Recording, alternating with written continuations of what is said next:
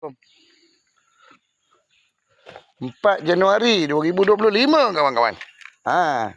Alhamdulillah. Satu lah. Ustaz Ramli je.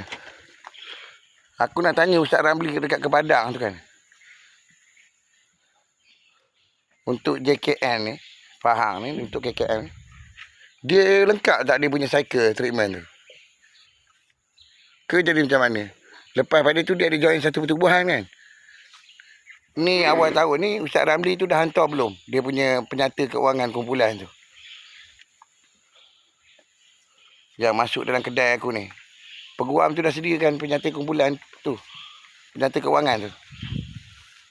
Dia ceroboh apa benda budak Gaddafi ni. Yang dia masuk sampai dalam rumah aku. Dia khabar aku kenal dia. Bila masa aku kenal dia? Kau faham tak? Bila masa aku kenal dia? Dan kenapa pula aku nak melayan dia? Benda ni persoalan dia 20 tahun lebih tau.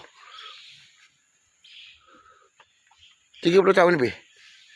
Kenapa dengan hamba Allah ni?